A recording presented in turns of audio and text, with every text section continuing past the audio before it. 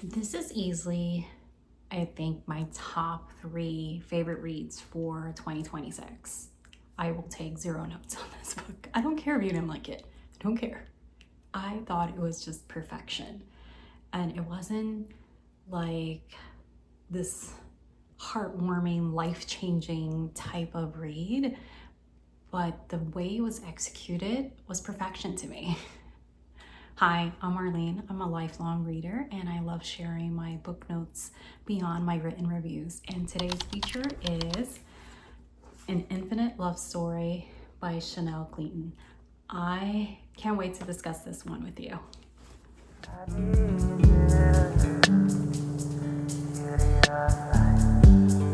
Welcome back, friends. Thank you for joining me today here in Arlene and Co. As I said today, I want to share some book notes with you. This is my series where I break down a few of my inner thoughts as I was reading through, with maybe one book, maybe multiple, across genres, across ages. So this is An Infinite Love Story by Chanel Cleeton. This is a new-ish release. I believe it came out, I don't know, a couple weeks ago or so. The paperback copy, I'm not sure about the other ones, but this copy in particular, and I'll link it down below, has a reader's guide included. So I love that because as a co-host to a book club, this would have been a great one, by the way. That is just so helpful, and it's so great to see those guidance and to be able to dive a little bit deeper. Anyway, so this one was sent to me for review. So thank you, Berkley Publishing and Penguin Random House, for sending this my way. And it actually had a note here with the author's card, and I just love when there's those extra little special things put in a book for you. It just makes it a little bit like, oh yeah, well, everyone else gets pushed to the back, I'm reading you first. Anyway, so this story, at first I thought it was gonna be a bit predictable, that it was like, hey, yeah, that sounds really good, I want to read it, but it's probably going to be just the same as other astronaut types of era, like space race type of vibe. And I was pleasantly made completely wrong, because I felt like it was such a unique way of telling a story of the space race and from the perspective of the astronaut wives. I cannot put into adequate words, but I'm going to try to, how much I enjoy reading this book. So much so that I just sat there after I was done, and I just kind of like, now what? Like, I don't want it to be a series, and where it needed to. To me, the ending was perfection. It was not tied up in a pretty little bow. I'm not going to do spoilers, but obviously I want to give you some thoughts. It wasn't wrapped up in a pretty little bow, but I think the way that it was concluded was perfection, because it was human and it was real. I just love that. I mean, obviously there was like some speculative fiction type of vibes in this as well, but let me tell you a little bit about a story. When an astronaut is lost in space, his wife relives their epic love story as she attempts to unravel what truly happened to him in this sweeping love story set against the backdrop of the 1960s space race. When Joe Mitchell launches into space, the world is watching. It's 1968 and the country in anticipation and excitement for another successful mission, another celebration as America sets its sight on the moon. And then comes the knock on the door. Joe's spacecraft has lost contact. He and his fellow astronauts are on board and fear to be dead.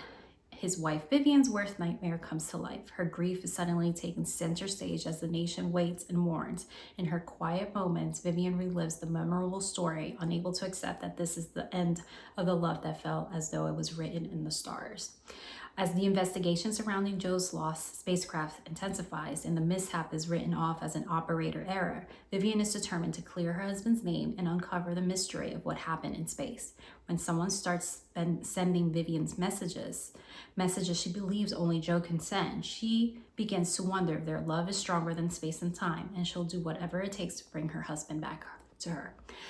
So I thought going into it, okay, so this is going to be a little bit of different twist. There's going to be maybe some magical elements or so. I'm not going to give too much away. But I don't read reviews prior to picking up a book. But once I'm about to submit one, then I see other people's reviews and you kind of can't avoid them. And I know like people either loved it or like, oh, is it really an epic love story or this? But I thought it was real. Like, I don't think epic needs to be like over romanticized and making like over the top like declarations and things like that. And everything is like, you know, movie scene after movie scene. I thought it was real. Like, they didn't just like instant love and it was just, you know, yes, there was like immediate attraction, but there was a lot of reservations because Vivian comes from, you know, not such a great upbringing where she lost her father. This is something you find out from the very get-go, so I'm not doing any spoilers.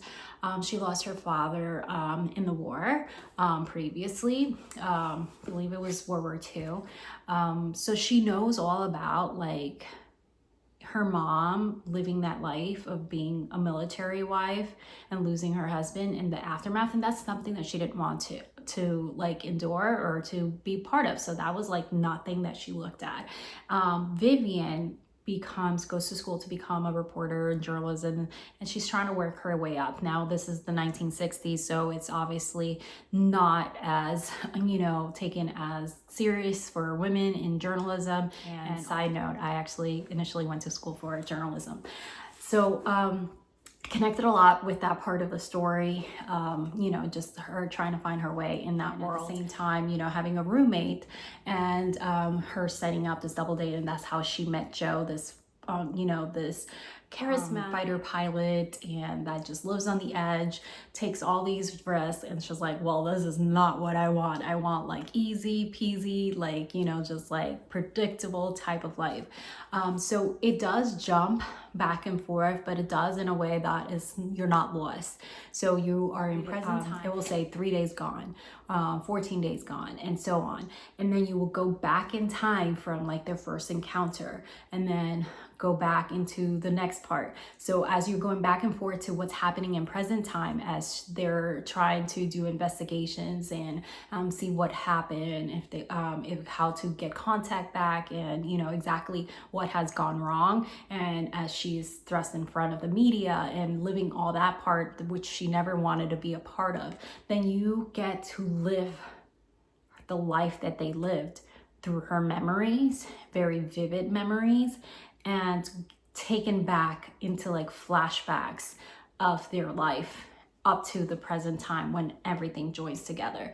I love that way of storytelling because it was more than just multiple timelines. It was just like revisits of the past, and it just made sense. And it made sense for her grief. It made sense for everything she was going through. And like, you know, when she would find like a little note in her pocket that said, wait for me. And it was like Joe's writing. And she's like, okay, is he trying to communicate with me? That, you know, is something happening? It's like, is there such things as wormhole? Could this be something that we cannot explain fully with science of what has happened? So everything is unraveling, and you're trying to figure out where Joe is the whole entire time while you are going through their story. And their story is not perfect. It's not like, oh, we were just so in love and everything is rosy and stuff. No, there's like tragedy, there is hardship, there is fighting, there is like marriage, right?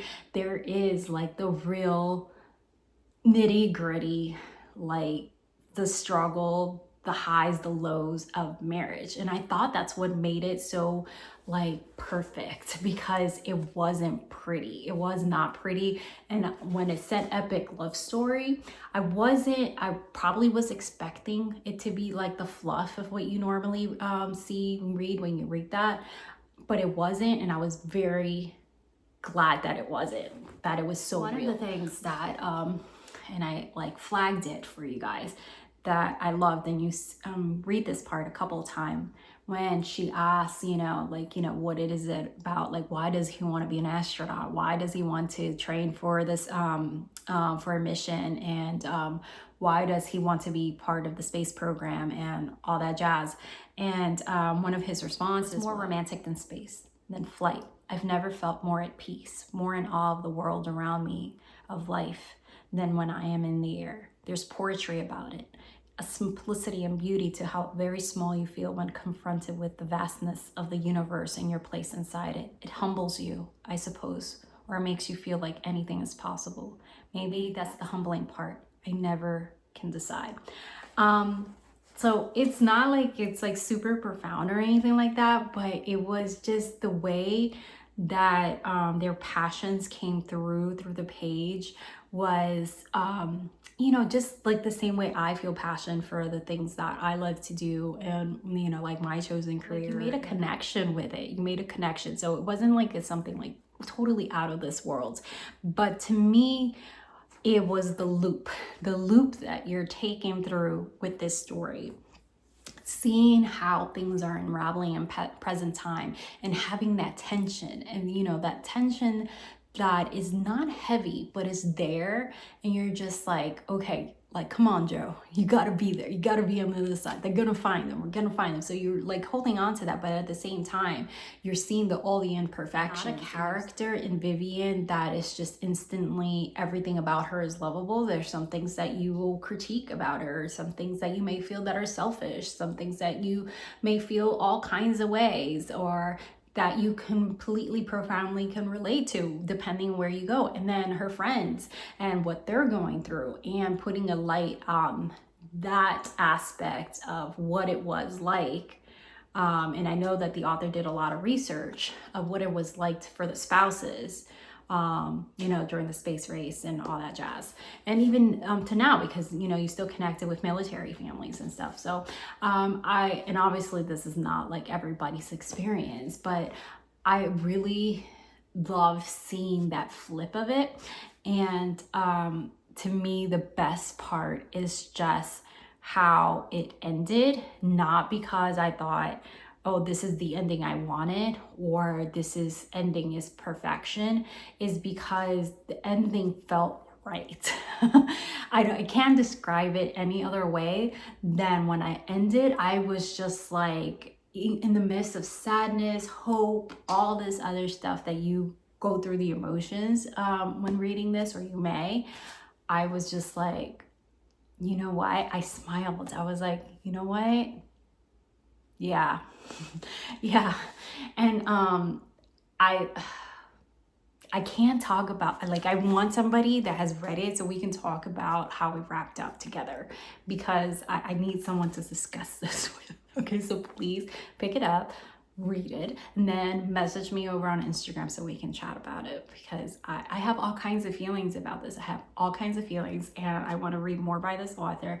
I know she has quite a few novels. One that I had started on a cruise ship, and then, yeah, Next Year in Havana, but I didn't quite, it was a cruise ship library book, so I didn't quite finish it. So now I'm going to go back, because she has Next Year in Havana, When We Left in Cuba, and she's, you know, Cuban American. The Last Train to Key West, The Most Beautiful Girl in Cuba, One Last Day in Barcelona, The Cuban Heiress, The House of Biscayne Bay, The Lost Story of Eva Fuentes, and then this one, An Infinite Love Story. This easily takes a top slot for me for 2026, and maybe you disagree. Yes, I love this book so much. So thank you so much for hanging out with me, letting me chat about my book notes and thoughts. And I'll see you guys next time. Keep turning pages, and don't forget to show your local library some love. I'll see you guys next time. Bye-bye. How do we get here, and how do we stay?